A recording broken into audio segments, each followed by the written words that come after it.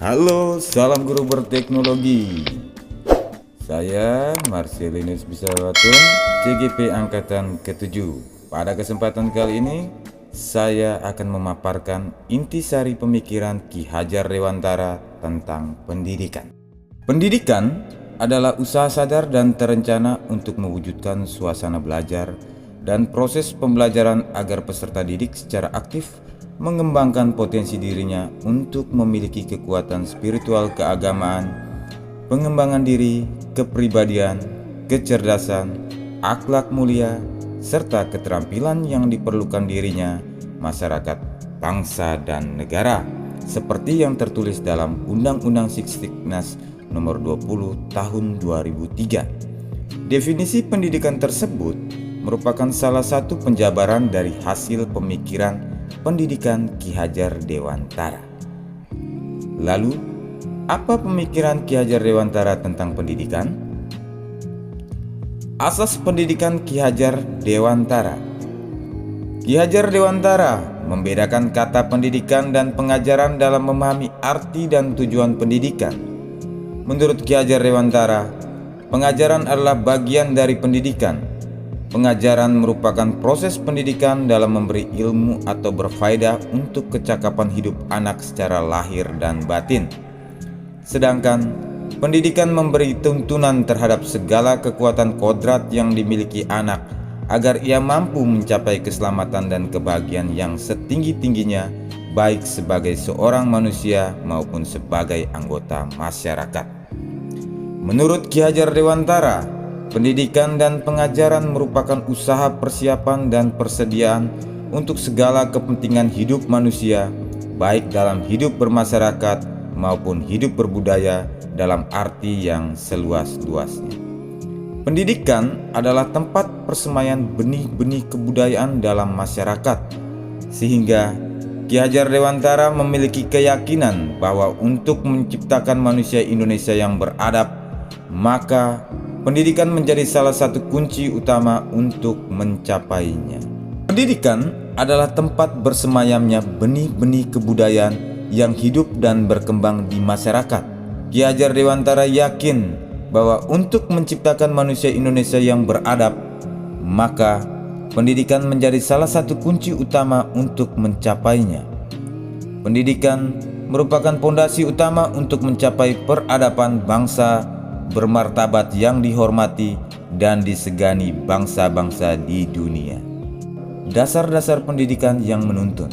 Pendidikan seyogyanya hanya akan menuntun tumbuh dan hidupnya anak sesuai dengan kodrat yang ada pada dirinya.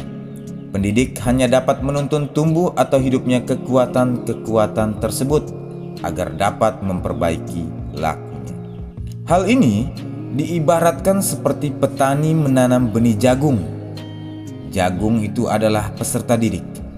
Jika dirawat dan dijaga dengan benar, maka benih jagung tersebut akan tumbuh menjadi jagung yang subur. Namun sebagus apapun petani merawatnya, benih jagung tadi tidak akan tumbuh menjadi tanaman lain. Kodrat alam dan kodrat zaman. Pendidikan harus sesuai dengan kodrat alam dan kodrat zaman. Kodrat alam maksudnya bahwa pendidikan dipengaruhi oleh kondisi lingkungan tempat tinggal anak, meliputi budaya dan kondisi geografisnya. Kodrat zaman bahwa pendidikan harus menyesuaikan dengan zamannya dan mampu menjawab tantangan zaman di masa mendatang. Penguasaan kemampuan dan keterampilan abad 21 sangatlah diperlukan dalam menuntun anak-anak untuk hidup di zamannya kelak. Namun, jangan dilupakan bahwa pengaruh luar di zaman teknologi informasi saat ini harus diwaspadai agar mampu melindungi anak-anak dari pengaruh negatif yang dapat mengganggu anak-anak mencapai kebahagiaan. Budi pekerti. Menurut Ki Hajar Dewantara, budi pekerti atau watak atau karakter merupakan perpaduan antara gerak pikiran, perasaan dan kehendak atau kemauan sehingga menimbulkan tenaga. Budi pekerti merupakan keselarasan atau keseimbangan hidup antara cipta, rasa, karsa, dan karya.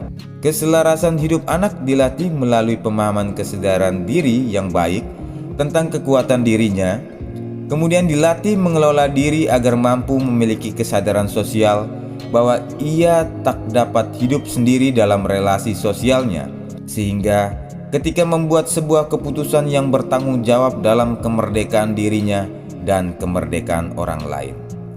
Budi pekerti melatih anak untuk memiliki kesadaran diri yang utuh untuk menjadi dirinya dan kemerdekaan orang lain. Bagaimana penerapan pemikiran Ki Hajar Dewantara? Yang pertama, dalam pendidikan harus memanusiakan manusia. Yang kedua, menghindari perintah dan sanksi. Yang ketiga, tidak ada perundungan. Yang keempat, menghargai perbedaan. Masih ingat dengan 3 semboyan dari Ki Hajar Dewantara? Sebagai guru, kita harus meneladani 3 semboyan Ki Hajar Dewantara. 3 semboyan ini saya ibaratkan seperti sebuah sepeda motor. Roda depan itu sebagai panutan yang akan memberikan arah kemana motor itu berjalan. Sama halnya dengan Ingarso Sungtulodo yang diartikan sebagai seorang pemimpin yang harus memiliki sikap serta perilaku yang patut untuk menjadi contoh untuk pengikutnya. Kemudian di bagian tengah ada mesin yang berfungsi sebagai pembangkit dan pelopor yang berfungsi untuk memberikan nyawa dan sumber tenaga pada motor tersebut. Sama halnya dengan Ingmadia Mangunkarso, yang artinya sebagai seorang pemimpin harus bisa berada di tengah-tengah untuk dapat membangkitkan atau membentuk niat para pengikutnya untuk terus maju dan melakukan inovasi. Yang terakhir adalah roda belakang yang berfungsi sebagai pendorong seluruh badan kendaraan ke tujuan yang diinginkan. Sama halnya dengan Tutwuri Handayani yang berarti bahwa seorang pemimpin jika berada di belakang harus dapat memberikan motivasi serta dorongan untuk semangat kerja bagi para pengikutnya. Jika dikaitkan dengan pemikiran Ki Hajar Dewantara, sebagai pendidik, guru harus terus belajar untuk berkembang sesuai perkembangan teknologi saat ini agar mampu memfasilitasi keleluasaan anak dalam belajar.